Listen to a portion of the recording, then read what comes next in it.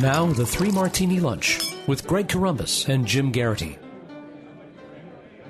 And welcome, everyone, to the Monday edition of the Three Martini Lunch, along with Jim Geraghty of National Review. I'm Greg Corombos of Radio America. We have good, bad, and crazy martinis for conservatives today. And, Jim, it's March 18th, which means it's one day after St. Patrick's Day. First of all, happy St. Patrick's Day to you as someone of Irish descent. How did you celebrate the grand occasion? First, I actually had a really nice time. A friend of mine, I myself don't usually make a big deal out of it, but a friend of mine went all out, did the corned beef and cabbage and mixed vegetables. We got the Guinness. And Greg, we lived up to the stereotype, and it was absolutely joyous. So this is St. Patrick's Day. This is also known amongst many Irish Americans as Hangover Day. And we're a little slow moving this morning, but that's okay because everyone else in the country who didn't enjoy themselves to excess on St. Patrick's Day is still going to spend the first couple of days of this week filling out their brackets. That's right. That's certainly how I plan. This is a bad week for the national productivity. You just see the GDP go down. Yes. And we didn't do it this year, Jim, but we've talked about this in the past. Hopefully a lot of folks had the opportunity to watch the official St. Patrick's Day movie, which, of course, is The Fugitive.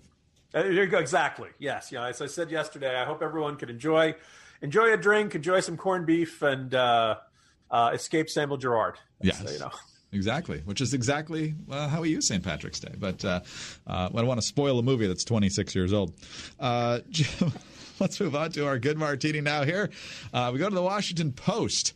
Michael Bennet is a Democratic senator from the state of Colorado. He's most notable for having only one T at the end of his name, and he's yet another Democrat who's likely to run for president, although he hasn't officially said so yet. A little while back, he had an interview with James Hohmann of the Post. The interview was conducted with the Colorado senator while both were in New Hampshire.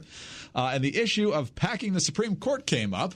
It's an idea that a number of Democrats think is a really good idea since they think the conservatives have the edge now. But here's the story. Senator Michael Bennet of Colorado slammed his head on the table 4 times when I asked what he thought about other Democratic presidential contenders embracing the idea of expanding the Supreme Court. Quote, having seen up close just how cynical and how vicious the Tea Party guys and the Freedom Caucus guys and Mitch McConnell have been, the last thing I want to do is be those guys, he said during an interview at a coffee shop here the Friday before last. Quote, what I want to do is beat those guys so that we can begin to govern again. Pete Buttigieg, the mayor of South Bend, Indiana, suggested that morning during a speech in Manchester, which coincided with Bennett's first foray to the state, that the number of justices should grow from 9 to 15, with Republicans picking 5, Democrats picking 5, and those 10 justices together agreeing on the rest. Bennet, quote, I can understand Mayor Pete's frustration because he's a mayor. He comes to this with the purest intentions a person could have. I'm not sure if he spent a couple months in Washington that he'd have the same point of view. But Buttigieg is far from alone. Even some of Bennett's Senate colleagues have rushed to endorse the latest litmus test from the far left. Senators Harris, Warren, and Gillibrand express varying degrees of openness to the concept of changing the composition of the court to benefit liberals, and now O'Rourke is doing so as well. Senators Cory Booker and Amy Klobuchar, however, each express skepticism about the very idea that famously derailed Franklin Roosevelt's second term. So this is kind of becoming a litmus test for just how much of a true progressive you are, Jim. So I don't know if Senator Bennet plans to get in this thing or not. Sounds like he probably will. But the fact that he's not going completely nut job on us here probably means he's got a really bad chance of winning his party's nomination.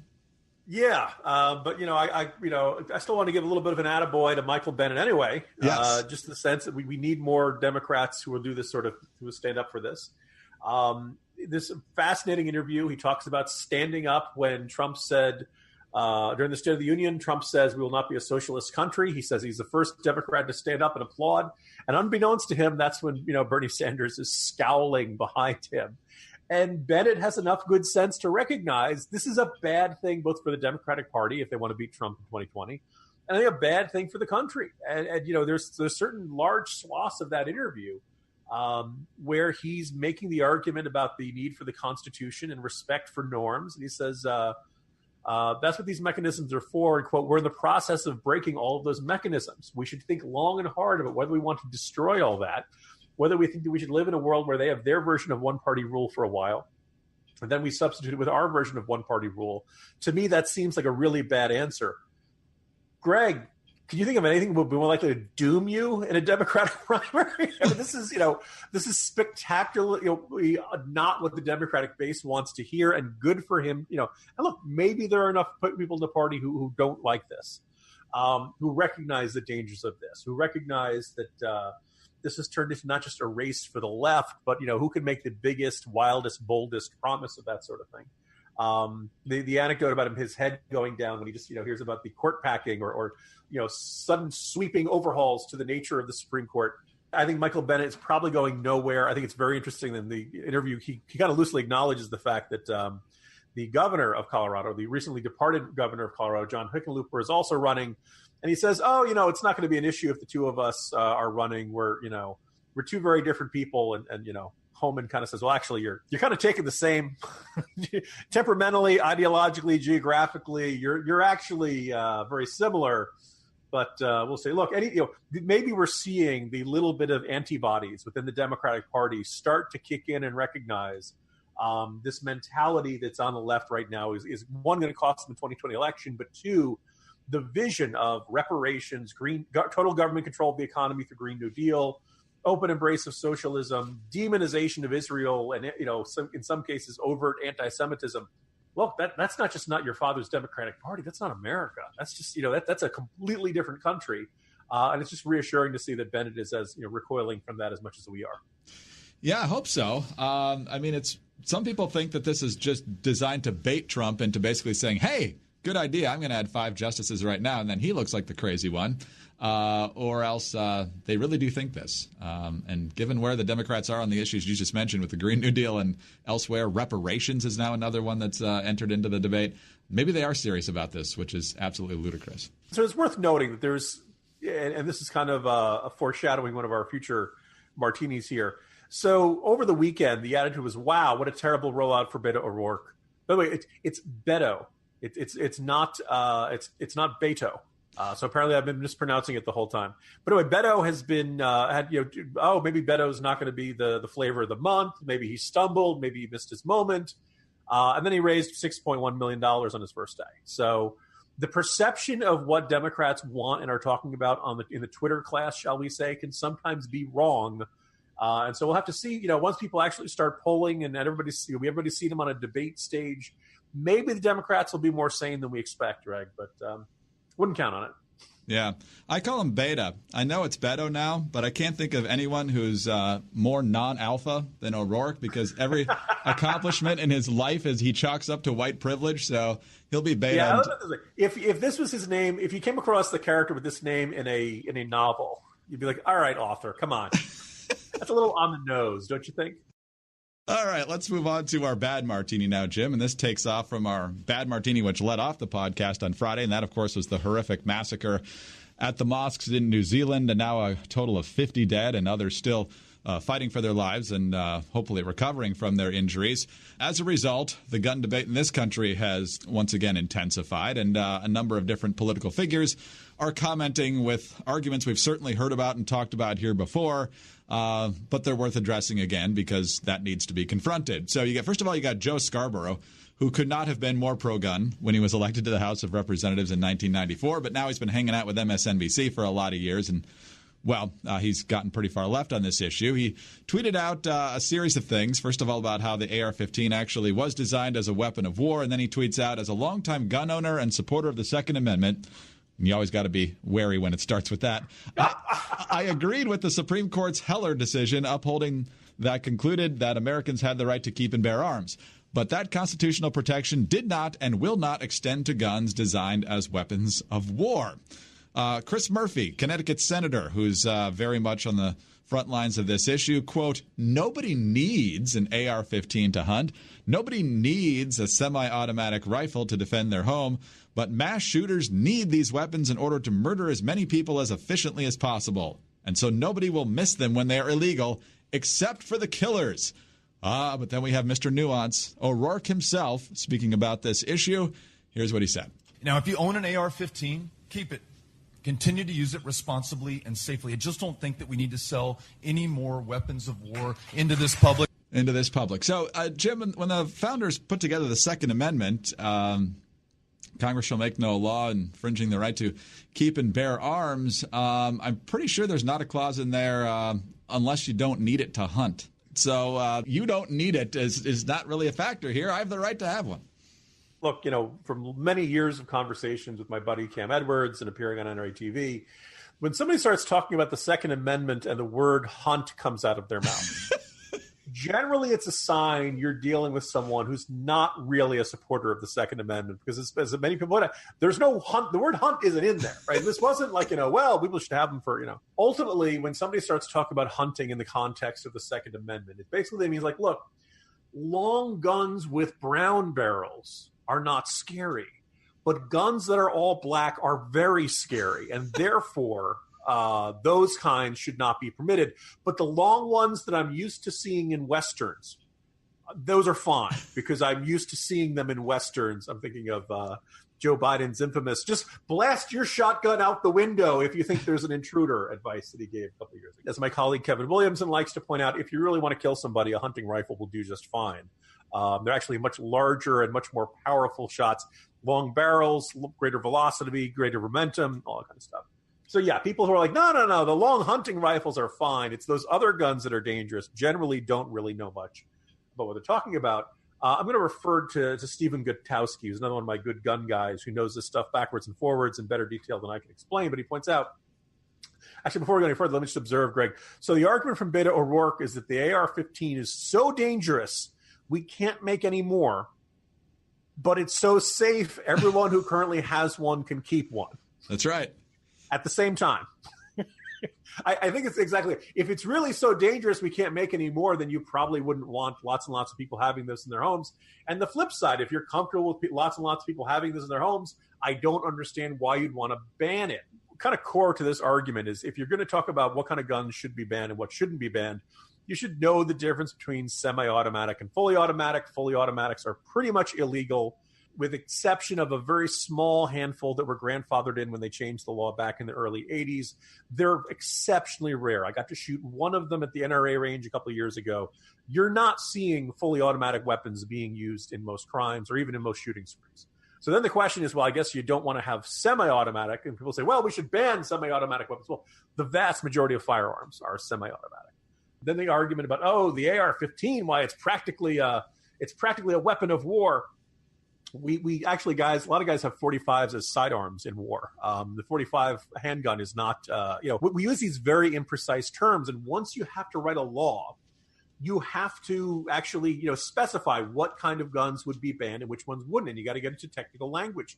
There's this, this eye-rolling griping about gun-splaining. When somebody says, look, I just want the shootings to stop, we should just ban these kinds of guns, and you point out the details. Stop gun-splaining to me, which is basically, stop demonstrating that you know more about the law in this area.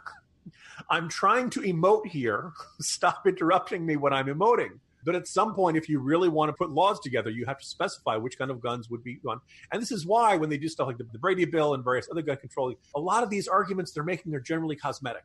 I believe under the assault weapons ban, there were like 5 different accoutrements you could have, and you could only have 2 of them on them, and the length of the barrel. None of these really do very much to A, fight crime, or B, fight mass shootings. But then again, that's really kind of the point. The point is to look like you're doing something in response to a tragedy like New Zealand, instead of, actually focusing on what prompted it, what caused it, and, what actually would prevent something like this happening.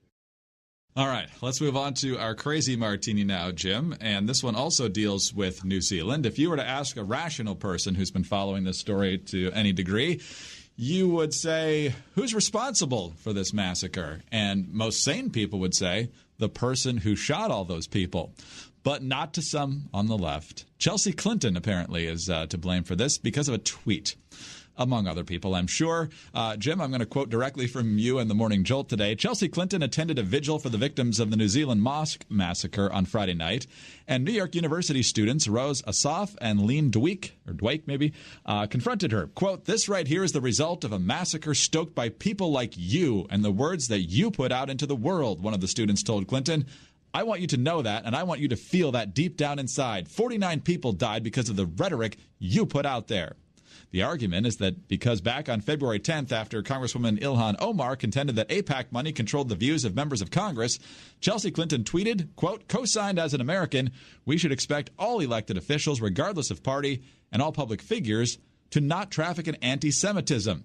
And because of that, the New Zealand massacre occurred. This is the Manhattan Project of guilt by association." So, Jim, regular listeners will know that we are not exactly soft when it comes to criticism of Chelsea Clinton. We're more than happy to point out different aspects of how she gets favorable treatment from the media. They still treat her like she's 15 when she's pushing 40.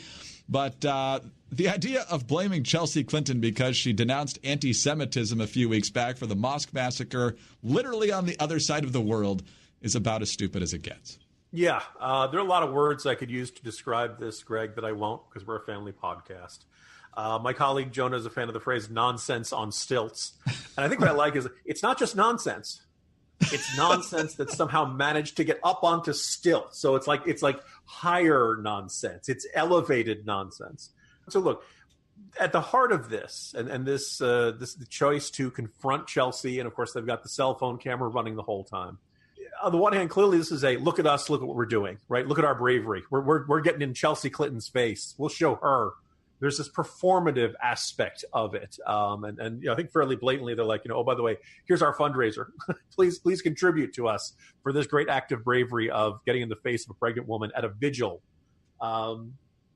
But also with this is the argument that somehow criticizing Congresswoman Omar contributed to Islamophobia. Ergo, Chelsea Clinton is by the transitive property responsible for the Mosque Massacre. This is basically an attempt to declare that any criticism of Congresswoman Omar is ipso facto Islamophobia and is ipso facto something to be criticized and denounced and ultimately not permitted.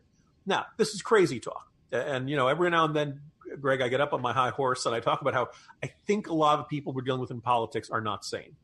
And it's not like, those people, those guys have crazy beliefs. No, I really think if you run around and you believe that Chelsea Clinton has blood on her hands because of a tweet a month ago over a mass, you're ready for InfoWars. Right? This is not all that different than a crazy belief of, because you did this and that person did that and that person did that by the transitive property and because of the ricochet, you're because of this terrible massacre that happened over there. And what it really is we see this thing interesting because we're talking about the gun violence in our preceding Martini. When something terrible happens, a school shooting, a workplace shooting or something like that, you see people jump onto Twitter and they want to say, you have blood on your hands. Now, do they logically believe that? I'm not so sure. But I think what it is that, look, you disagree with me. And you're a horrible person because you disagree with me. And it makes me feel good to loudly and publicly proclaim that you're a terrible person and ultimately responsible for violence because you have the audacity to disagree with me. Now, there's one last kind of interesting wrinkle to this, Greg, which is that I went to see what the reaction was to these two nutty NYU students on Twitter. What was the reaction to their piece on BuzzFeed? What was the reaction on other places like Jezebel and Salon? These are not these are pretty darn left-wing sites. And the interesting thing, Greg, was the comment section, the general sense was, boy, these two NYU students are a bunch of idiots. Or, wow, I can't stand Chelsea Clinton, but that's completely out of line. You shouldn't treat her like that. Or, no, this is a nonsense argument. Or, oh, we've got idiots on our side, too. It was kind of reassuring. It was kind of this weird sense of, okay, so the progressive grassroots isn't backing the two NYU students. And for all the other disagreements we might have with those folks, they thought these two were as nutty as anybody else.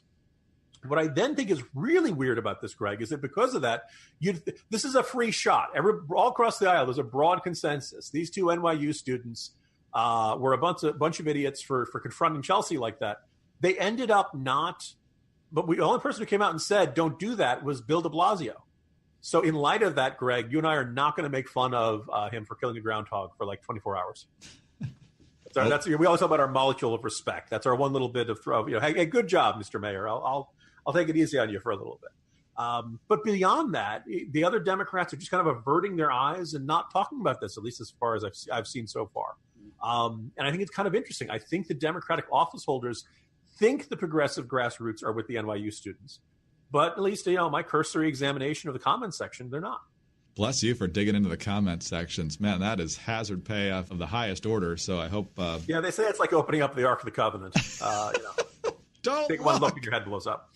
Man, Crazy way to start the week. We'll do it again tomorrow. See you then. See you tomorrow, Greg. Jim Geraghty of National Review. I'm Greg Corombos of Radio America. Thanks for being with us today. And be sure to tune in again on Tuesday for the next 3 Martini Lunch.